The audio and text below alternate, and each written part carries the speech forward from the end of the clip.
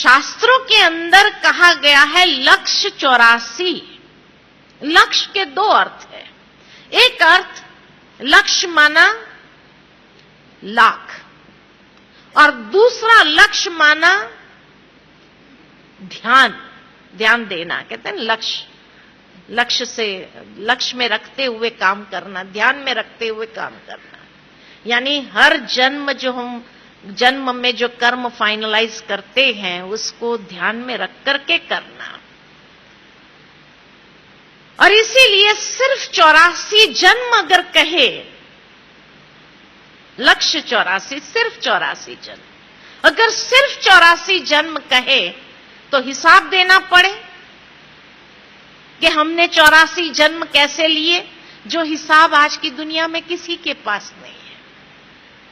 इसीलिए भगवान आकर के उस हिसाब को हमें स्पष्ट करता है कि हमारे कितने जन्म, 84 जन्म मैक्सिमम, मिनिमम 1 जन्म, लेकिन वो जन्म भी हम कैसे चारों युग में, सतयुग, त्रेता युग, द्वापर युग, कलयुग में प्राप्त करते हैं। और इसीलिए सतयुग को अगर देखा जाए, सतयुग के अंदर सूर्य वंश जिसको कहा, जहां पवित्र आत्माएं परम धाम से जब नीचे उतरती है तो कोई न कोई देवी या देवता का स्वरूप धारण कर लेती है।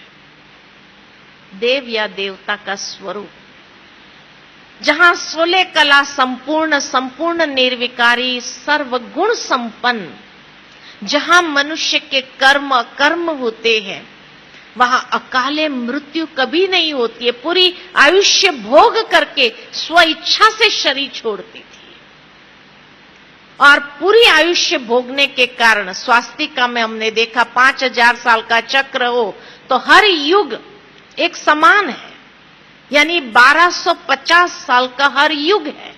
और 1250 साल के हर युग के अंदर जहां आत्मा 16 कला संपूर्ण, इतनी शक्तिशाली, संपूर्ण निर्विकारी, मर्यादा पुरुषोत्तम, सर्वगुण संपन्न होती है। और इसीलिए सतयुग में राज्य करने वाले श्री लक्ष्मी और श्री नारायण, लेकिन श्री नारायण का जो बचपन का स्वरूप है, कभी उसका फोटो नहीं देखा आपने।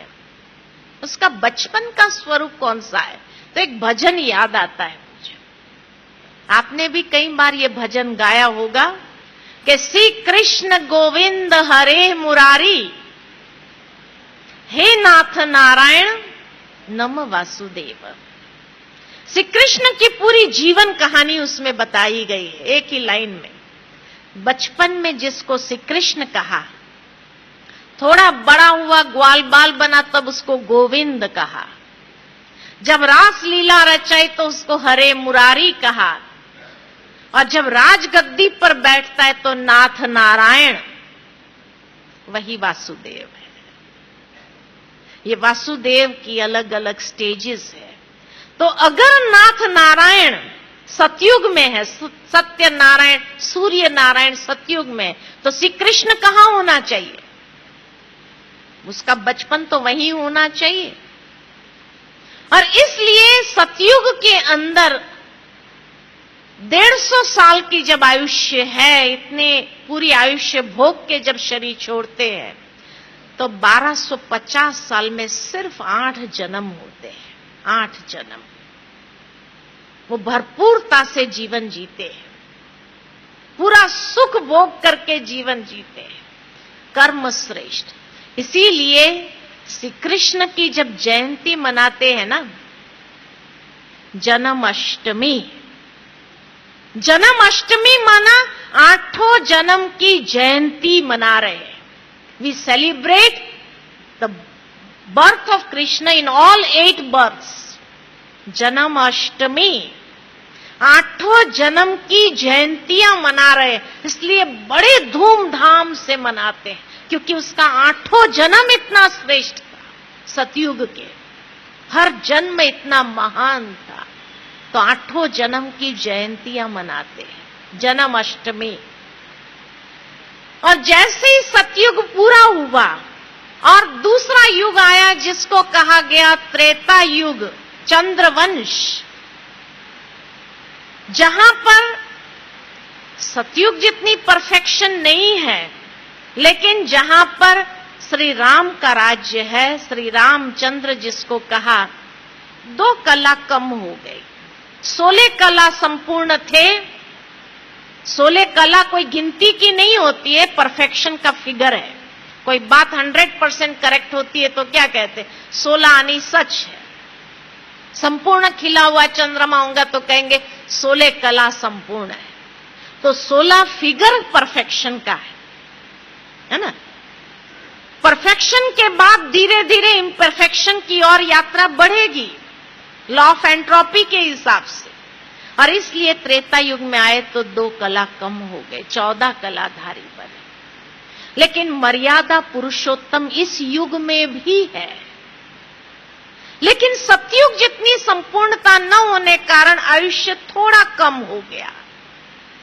2 कला कम हुई तो थोड़ा कम हो गया। और इसलिए 125 साल के आसपास जब आयुष्य हो जाती है तो जन्म बढ़ जाते हैं, 8 जन्म से 12 जन्म हो जाते हैं। तो सतयुग के अंदर श्री कृष्ण के 8 जन्म की जयंती मनाते हैं हम, क्योंकि इतनी श्रेष्ठ आत्मा थी। और 8वें जन्म के बाद 9वें जन्म पर श्री राम का जन्म होता है, इसीलिए राम नवमी मनाई जाती है कि 9वें नंबर पर श्री राम है। तो उसकी जयंती भी इतनी महान थी, उसका जन्म भी इतना श्रेष्ठ था, तो उसके जन्म का भी हम जश्न मनाते हैं। कितना सुंदर, भक्ति के अंदर हर चीज इतनी सुव्यवस्थित है, लेकिन हमने कभी उसके भाव को समझा नहीं, इसलिए उसका आनंद नहीं ले सकते। तो इस तरह से मर्यादा पुरुषोत्तम श्री राम की भी जयंती हम मनाते हैं। भले 125 साल हो गया, 150 साल से कम हो गए, लेकिन फिर भी बहुत श्रेष्ठ कर्म उनके भी थे। लेकिन जैसे जैसे तीसरा युग आता है, द्वापर, जहां सत्य के साथ असत्य मिक्स होने लगा, अकाले मृत्यु आरंभ होने लगी। और अकाल मृत्यु जब आरंभ हो जाती है तो जरूर है आत्मशक्ति क्षीण हो गई। 1250 यानी 2500 साल पूरे हो गए, आधा समय पूरा हो गया 5000 साल में, तो आधी कलाएं भी कम हो गई। तो 16 कला से द्वापर युग में सिर्फ 8 कलाधारी हो जाते, इतनी ही पोटेंशियल रह गई। और इसलिए अकाले मृत्यु होने कारण जन्म बढ़ गए, 21 जन्म हो गए द्वापर युग। और इस युग में मनुष्य भक्ति आरंभ करता है, अव्यभिचारी भक्ति होती है। पहले के जमाने के राजाओं के महलों में देखेंगे, आप अगर राजस्थान के एक राजाओं के महल को देखने जाएंगे ना, आपको हर जगह महल में एक मंदिर मिलेगा, हर राजाओं के महल में एक मंदिर मिलेगा। और अक्सर हर राजाओं के महल में शिव का ही मंदिर मिलेगा। शिव के पुजारी थे, क्योंकि इमीडिएट द्वापर युग में उतरते ही वो शिव की आराधना करना आरंभ करते हैं। लेकिन धीरे धीरे बाद में मनुष्य आत्माएं जो देवी देवताएं होकर के गए, उनके मंदिर बना करके उनकी पूजा आरंभ कर देते हैं। और इस तरह से अव्यभिचारी भक्ति, एक ही भक्ति आरंभ होती है। संन्यास धर्म भी शुरू होते हैं, कुछ महान ऋषियों का जन्म होता है और पुण्य कर्म आरंभ हो जाते हैं। कर्म मनुष्य के पुण्य कर्म होते हैं। इसी युग में परमात्मा का पैगंबर संदेश लेकर के आते हैं और इस तरह से द्वापर युग चलता है। मनुष्य के 21 जन्म होते हैं और जैसे जैसे समय बीतता जाता है, कलयुग आता है, तो कलयुग के अंदर 1 या 2 कला रह जाती है। इसीलिए लोग कहने में कह देते हैं कि किसी व्यक्ति के अंदर 99 अवगुण है, लेकिन एक तो गुण होगा, उस एक गुण को देख करके ही तो आगे बढ़ो। तो 1 या 2 गुण रहते हैं, इतनी कला क्षीण हो जाती है, इतनी आत्मा की ताकत क्षीण हो जाती है और इसलिए अकाले मृत्यु बढ़ जाती है, क्योंकि मनुष्य के कर्म इस युग में विकर्म ज्यादा है। विकर्म यानी पाप कर्म, विकृत कर्म, विकारों के वश कर्म, उसको कहा विकर्म। मनुष्य की आयुष्य कम होने लगती है और जन्म बढ़ जाते हैं। कोई जन्म 5 साल में शरीर छोड़ देता, कोई जन्म 80 साल तक, 90 साल तक खींच लेता है। इस तरह से इम्बैलेंस हो जाता है और कलयुग के अंदर करीबन 42 जन्म होते हैं। इस तरह से अगर गिनती करें, 8 जन्म सतयुग के, 12 जन्म त्रेता के, मिलकर के 20, द्वापर के 21 माना 41 और कलयुग के 42 माना 83 जन्म, 83। तो 84वां जन्म जो है वो ये संधिकाल के समय में, जब कलयुग और सतयुग का संधिकाल का समय आता है, तब सिर्फ एक जन्म होता है और इस जन्म को कहा गया दुर्लभ, क्योंकि ये जन्म बार बार नहीं मिलता है।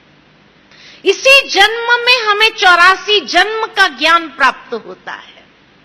इसी जन्म में हमें कर्म की गुह्य गति का ज्ञान प्राप्त होता है।